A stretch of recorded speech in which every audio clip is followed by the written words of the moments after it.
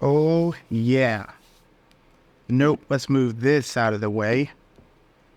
Ooh, ZVE10. Look at that. APS-C mirrorless camera, $600 on a big old cinema lens. That's nice. Very nice.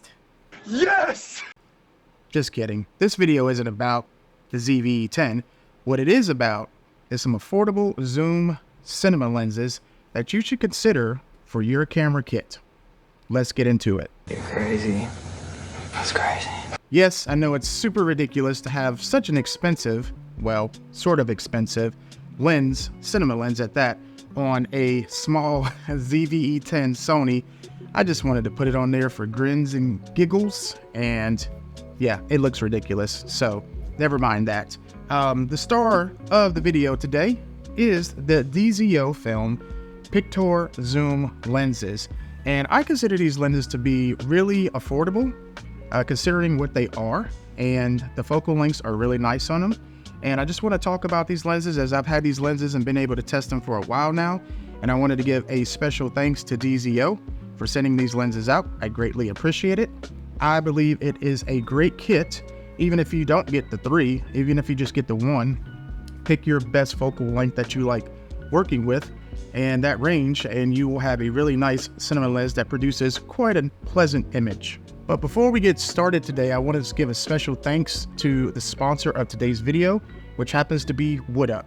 WoodUp is a company that creates wall panels, not just wall panels, but they create really nice acoustic panels that are built into their wall panels with different colors, and it's a way to transform your rooms, not only with just the look, but the sound, making a really positive and a really aesthetic pleasing look for your rooms.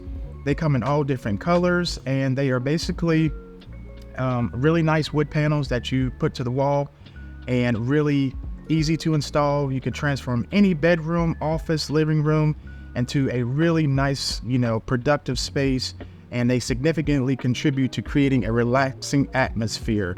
And if you guys want to check it out, go ahead and check out the link in the description below. It is woodup.com, and they create some awesome panels. And this is actually some panels from them that they were nice enough to send me out. So I really do like the look. It has kind of really transformed this back wall for me. And that's exactly the look I was wanting for my YouTube videos and my sit down talking head portion stuff. So check them out at woodup.com. You'll be pleased with the product. I am. And just take a look at what they have to offer.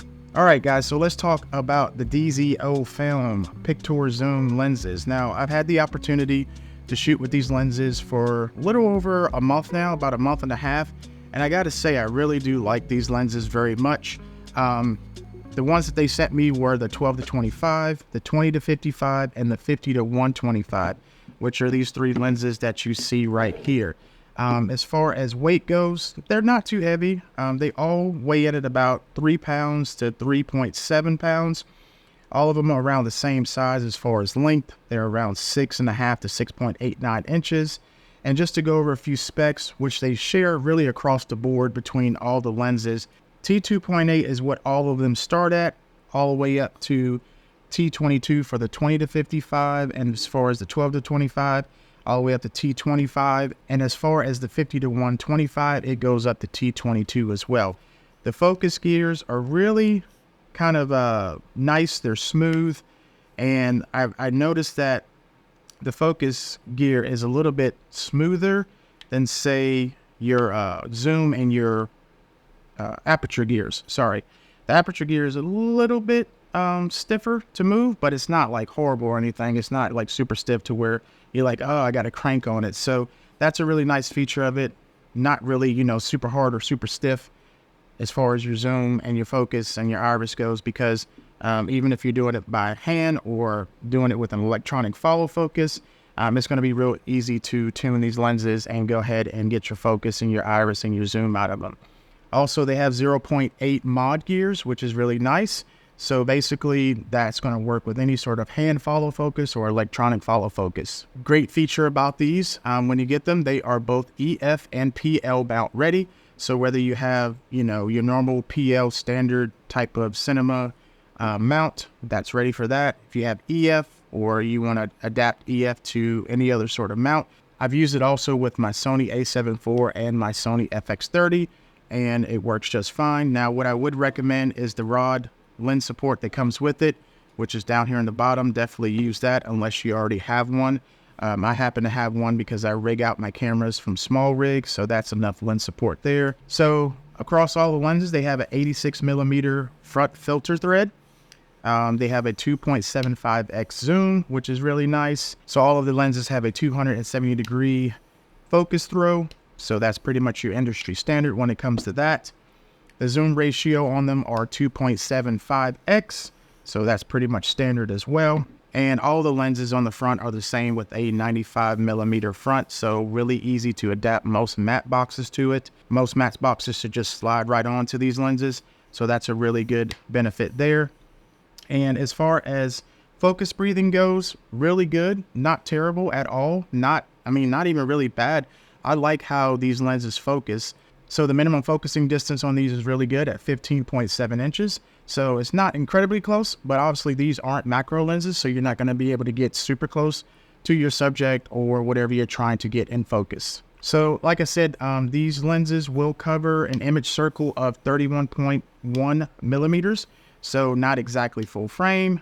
These are more for Super 35 type of aspects, but you can use them on full frame cameras as well. So these are the black version, and they also come in white, which are a little bit more expensive per lens at about $2,600. I believe when I looked at the price at the time of this video, it's $2,649. The lenses that I have here, the 20 to 55 is $2,119, so $2,119. And they just actually dropped in price too, so you may want to go ahead and check those out if you're looking to pick that up. The 12 to 25 lens is $24.99, and surprisingly, the 50 to 125 is the same price as the 20 to 55 right now at $2,119. And I know you're probably wondering, well, you said affordable cinema lenses. In my opinion, these are affordable cinema lenses. Why? Because if you've shopped for cinema lenses before or did any sort of research, you know that cinema lenses can cost anywhere between $2,000, $20,000, $50,000. So for these to be $2,000, I do consider them affordable and I do consider them budget. And the image quality that you get out of them, I wouldn't say is clinically sharp. They are sharp, but they also tend to have a little bit of softness. So a lot of the times wide open at T2.8, I don't shoot there because it is a little bit soft. I like to shoot at T4. I just recently did a small kind of doc interview, short film style video on a boxer in Greer, South Carolina, and I used these lenses for that particular shoot. And as you can see with this image here, I think it looks really good. It's not overly sharp, but it is sharp enough in my opinion. So if you're looking for a lens that has a little character, and by character I mean a little softness, not clinically sharp, but will give you a good image, I really think the Pictor zooms is something that you should consider for your kit. Maybe you don't start off with all three.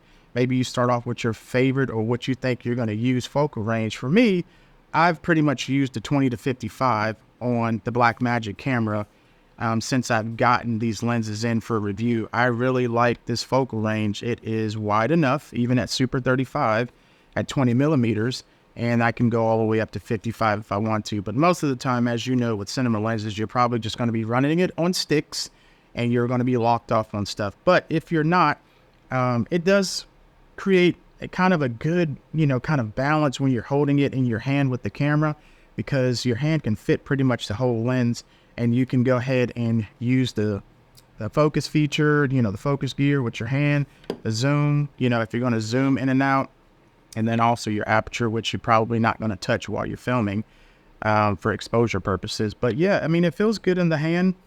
They're really beefy, they're robust, they're made out of metal.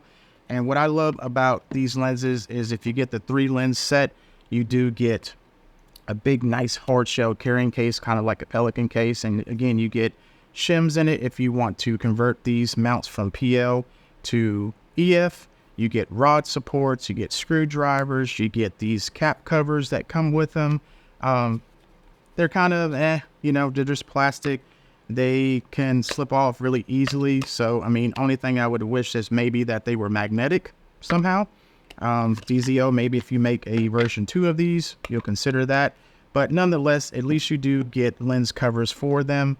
And that way you can store them in the case or in a bag or something like that, and you don't have to worry about them being scratched or anything like that. One other thing I forgot to mention is that these are parfocal lenses. So the cool thing about that is once you get your subject in focus, if you use the zoom feature and want to go to a different focal length, they are going to stay in focus, whether that's an object or a subject, because these are parfocal lenses. Now, keep in mind, if you switch these lenses from PL to EF, you will have to shim them, and you will have to use a chart in order to get that critical focus in there correctly to keep them parfocal. But right out of the box, if they're PL versioned and they have the PL mounts on the back of them, they are parfocal. So that way, if you zoom in from 12 to 25 or from 20 to 55 or from 50 to 125, your subject or your object is going to stay in focus. So that is a nice benefit and a feature to these lenses to have that parfocal capability to them. And as far as bokeh, pretty decent. Obviously at T2.8, Super 35, it's not going to give you the same kind of equivalent bokeh as a full frame sensor, but nonetheless, I think it's still pretty good. And a lot of times with cinema, especially if you're shooting like productions and stuff like that, we're not talking about portraits here. You don't need a ton of bokeh. So the bokeh that these lenses put out, I think, is more than efficient and sufficient. And for the bundle of these lenses, you're looking at $6,399 US. But again, if you want to get them separately, it's always a good way to start off, because you basically got 3 prime lenses in one with the 20 to 55. So maybe start there. And if you see that you need something wider, you can get the 12 to 25. If you need something longer, the 50 to 125. But a lot of times, I think for most applications, a 20 to 55 would just be perfect for most type of, shooting scenarios. So let me know what you guys think of these lenses in the comments. I really do like them, and special shout out and thank you to DZOFILM for sending these to me. Next up is going to be the Vespid Primes. I'm really excited to get those in, as I've been looking at those lenses for a while, and I prefer to shoot with primes myself. I can't lie. Those are really nice lenses from the looks of it, really sharp, and I can't wait to get my hands on them. So if you have any questions in the comments, this was just a general rundown, overview, review of my experience with these lenses. I hope that you will leave them in the comments below. Let me know what you think. If you use these lenses, let me know if you plan on using these lenses and for what applications. I'm really, interested to know how you guys could and would use these lenses. So I appreciate you checking out the video. If it was any value to you whatsoever, please feel free to hit that like button. It does help the channel. Furthermore, please subscribe if you want to see more videos like this. I would greatly appreciate it, as it gives me more motivation to create videos like this for you guys. So until next time, be safe, be kind, and take care of each other.